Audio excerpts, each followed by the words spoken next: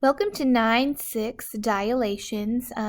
Dilations show up a few times within our year of geometry, but this dilation section is specifically based around our transformation unit. So nothing really new to the section, but just in different contexts. So a dilation, if you look at your key concept, so I have a center point C, just like a center of rotation.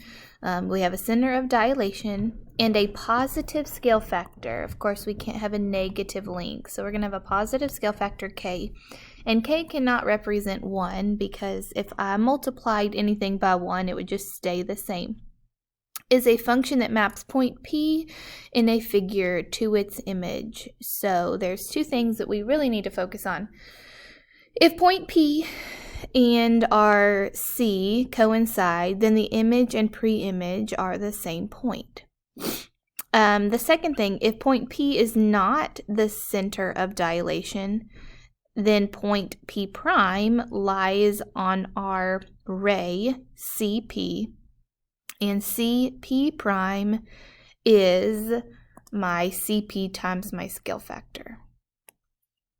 All right, so the first thing was you may have a center point C and point P that are the same point. So if that happens, then P prime would also be that same point. The second thing, if they do not coincide, then I am going to say if CP, I'm going to draw that ray, CP. If CP is 4 and I have a scale factor of 2.5, I'm going to be able to place P prime if I take 4 times my scale factor to get my new length. And the big thing you have to remember is when you try to measure from C to P, you want to measure back from C to P prime. You do not want to say P to P prime is 10. That would not be correct, and we'll talk about that. Just as a reminder, your scale factor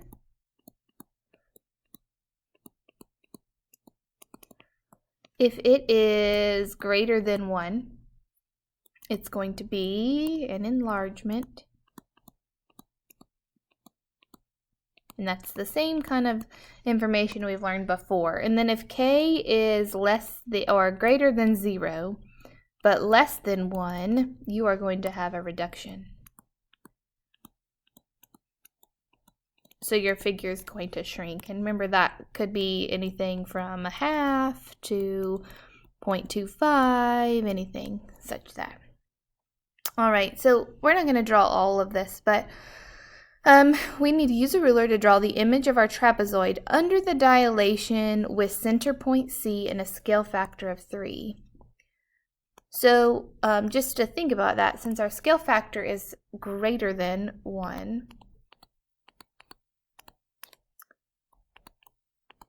we know this is going to be an enlargement.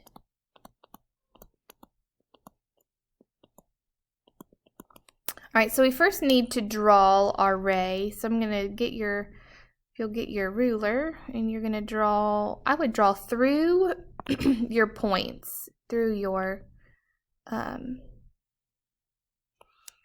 each point, because you know that my center point, from my center point to all of these primes is going to get bigger, so I need a little bit of room to measure past all of my points.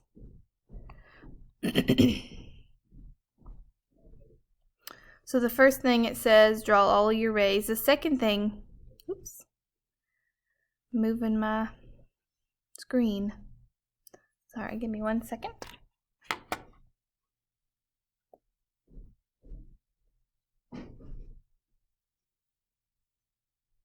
Okay, so after I've done that, I'm going to take my ruler and then I'm going to measure from C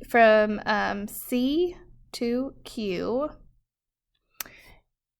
And then after I get that, so yours may be different, but mine is 0.5. So CQ equals 0.5 inches. So if I need to get to C to Q prime, I'm going to multiply each length by 3, my scale factor. And when I do that, let's see what we get.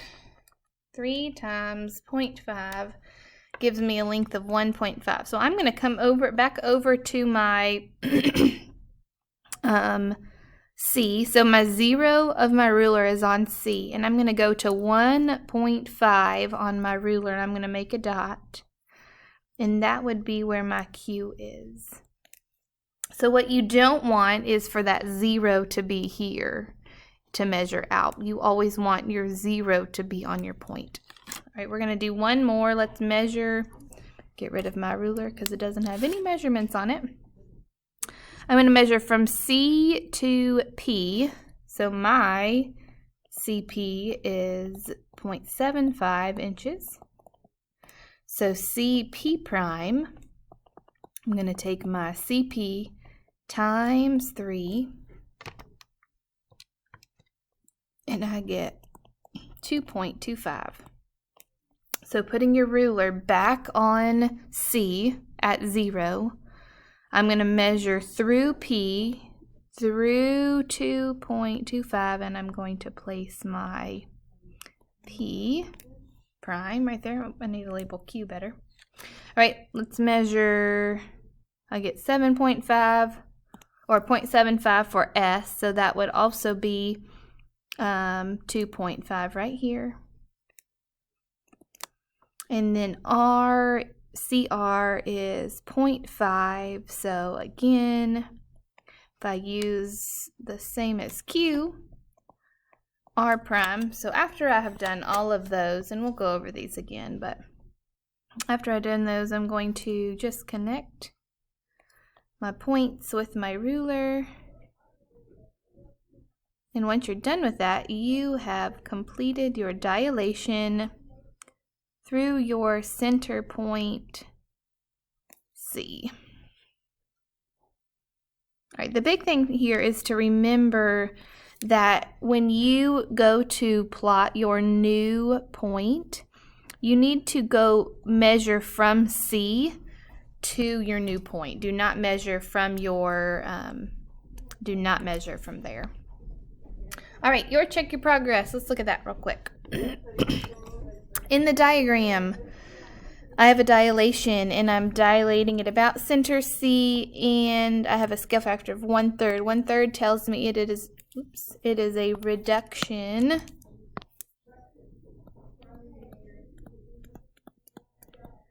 So my primes need to be the smaller ones. And then if you measure all of them, it's 1/3 of the distance. Well, I know D is not that because it should not go that way. And if you measure, your measuring would be B. If you look at that, if you measure L to C, you get 2 inches, or I do. And then L prime to C is 0.75. which is where you get 1/3. All right, on the next side, let's go down to our coordinate plane. If you have a point and you are dilating it about a scale factor, your center point, your center of dilation will always be 0, 0. So you are going to just multiply your x and y by your scale factor. All right, so I have a trapezoid with our points. I'm going to graph the image after the dilation about the center of 1/3. So I'm going to say 1/4 x and 1/4 y. So my E prime is going to be -2, 1. F prime, -4 times 1/4 would be -1. 8 times 1/4 would be 2. G prime would be 2, 1. And h prime, again, -4 times a fourth would be -1. -8 times a fourth would be -2. All right, so I should see a bigger trapezoid, and then I should see a smaller trapezoid with the reduction. All right, so I went ahead and drew the original trapezoid. I'm going to stop this video again and draw my prime points. All right, so I did my graph by 2s just so it would fit. But there is your reduction figure. So if you ever do a dilation in a coordinate plane, just take each number and multiply it by your scale factor. All right, up here, we are creating an illusion of a life-sized image. Puppeteers sometimes use a light source to show an enlarged image of a puppet projected on a screen or wall. Suppose the distance between the light source, L, and the puppet is 24 inches.